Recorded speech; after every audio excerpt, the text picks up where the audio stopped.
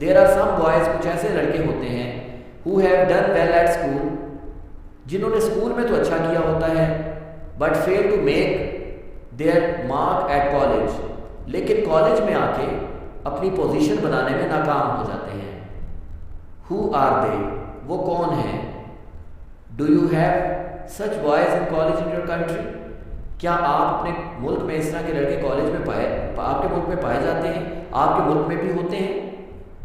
These are boys, یہ وہ لڑکے ہیں who are bright and intelligent، جو بڑے ہی ذہین ہوتے ہیں۔ برائٹ کا مطلب ذہانت کے زمرے میں ہی آتا ہے، انٹیلیجنٹ کا مطلب بھی ذہانت کے زمرے میں آتا ہے۔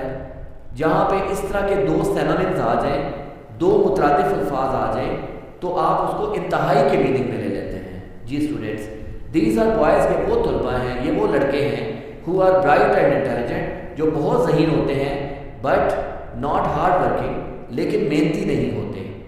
they become over confident، وہ ضرورت سے زیادہ قابل اعتماد ہو جاتے ہیں، خود پر اعتماد کرنا شروع کر دیتے ہیں، and fail in college، اور کالج میں ناکام ہو جاتے ہیں۔ such boys could be found in the colleges of every country، اس طرح کے لڑکوں کو ہر ملک کے کالج میں پایا جا سکتا ہے۔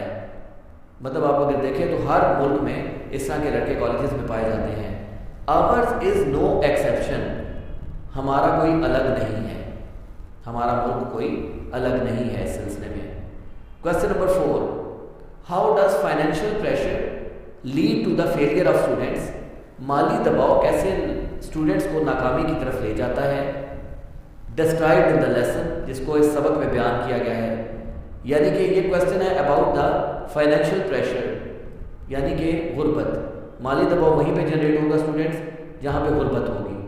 how does financial pressure lead to the failure of students described in the lesson، ان تمام اسٹوڈنٹس کو مالی دباؤ کیسے ناکامی کی طرف لے جاتا ہے جو کہ اس لیسن میں بیان کیا گیا ہے۔ do you have similar cases in your country، same question same 3 میں بھی انہوں نے پوچھا، کیا آپ کے ملک میں بھی اس طرح کے کیسز پائے جاتے ہیں؟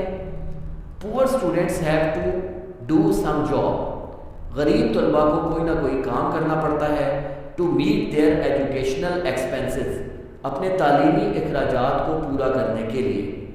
دس ڈیول ایگزرشن، یہ دوہرا دباؤ، ڈیول کہتے ہیں دوہرا، ایگزرشن کہتے ہیں دباؤ، افیکٹس اثر ڈالتا ہے both their health and studies, دونوں چیزوں پر، ان کی صحت اور ان کی تعلیم پر، اینڈ سو دے فیل، اور اس لیے وہ ناکام ہو جاتے ہیں۔ Yes we do have such cases in our country, جی ہاں ہم اس طرح کے کیسز اپنے ملک میں، ہمارے ملک میں پائے جاتے ہیں اس طرح کے کیسز بھی۔ Question number 5، to what extent, کس حد تک، یہاں پہ میں تھوڑا سا اسٹوڈنٹس ایکسپلین کروں گا، اس فریز کو میں تھوڑا سا ایکسپلین کروں گا، ذرا سمجھیے گا بات کو۔ ایک ہوتا ہے ٹو سم ایکسٹینٹ، اس کا مطلب ہے کسی حد تک، ایک ہوتا ہے ٹو وٹ ایکسٹینٹ، اس کا مطلب ہے کس حد تک۔ تو یہاں پہ کیا ہے question number 5، to what extent, کس حد تک does the question of health lead to the failure at college, صحت کا سوال کسی کو کالج میں ناکامی کی طرف لے جاتا ہے۔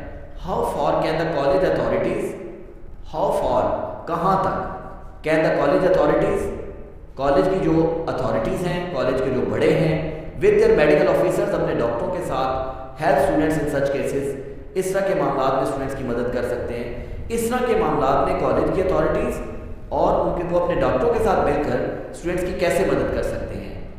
Both physical and mental health is very important, دونوں جسمانی اور ذہنی صحت جو ہے وہ بڑی اہم ہوتی ہے، بڑا امپورٹنٹ فیکٹر ہے فار اسٹوڈنٹس کے لیے۔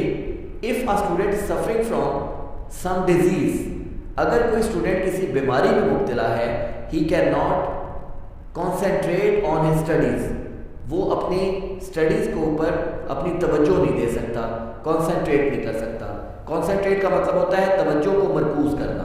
تو اگر ایک بندہ بیمار ہے، اگر ایک طالب علم بیمار ہے، تو وہ اپنی اسٹڈیز پہ اپنی کانسنٹریشن نہیں دے سکتا، ایز اے رزلٹ نتیجے کے طور پر ہی فیلز، وہ ناکام ہو جاتا ہے۔ Question number 6، what place would you accord to sportsmen in college, آپ کے مطابق ایک کھلاڑی کی کالج میں کیا جگہ ہے؟ The main purpose of college is to impart education. College کا اصل مقصد ہوتا ہے تعلیم دینا. امپارٹ کہتے ہیں دینا. کالج کا اصل مقصد کیا ہوتا ہے؟ تعلیم دینا. Sportsman should be given respectable position in the college. Sportsman کو کالج میں ایک قابل احترام مقام دیا جانا چاہیے.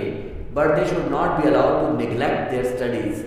لیکن انہیں اجازت نہیں دی جانی چاہیے ٹو نیگلیکٹ، کہ وہ نظر انداز کریں دیئر اسٹڈیز، اپنی تعلیم کو ایٹ اینی کاسٹ، کسی بھی قیمت پر.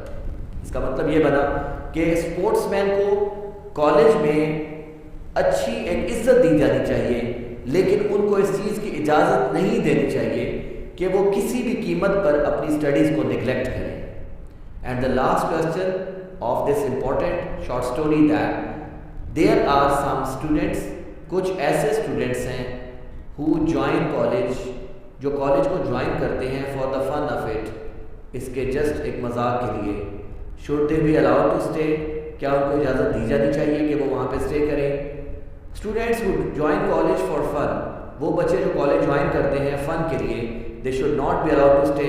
ان کو وہاں رہنے کی اجازت، اسٹے کرنے کی، قیام کرنے کی اجازت نہیں دی جانی چاہیے. بیکاز کیونکہ they can spoil other students, وہ دیگر اسٹوڈنٹس کو اسپوائل کر سکتے ہیں، وہ دیگر اسٹوڈنٹس کو خراب کر سکتے ہیں، ان کے لیے خرابی کا باعث بن سکتے ہیں.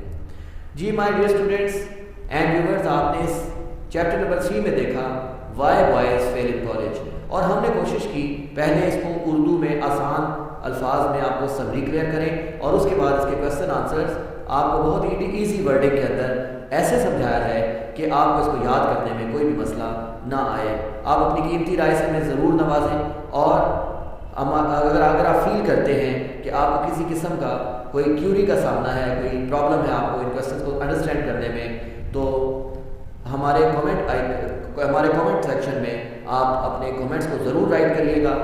ہم یقیناً اس کا as soon as possible answer بھی دیں گے. اس تمام ویڈیو کو اینڈ تک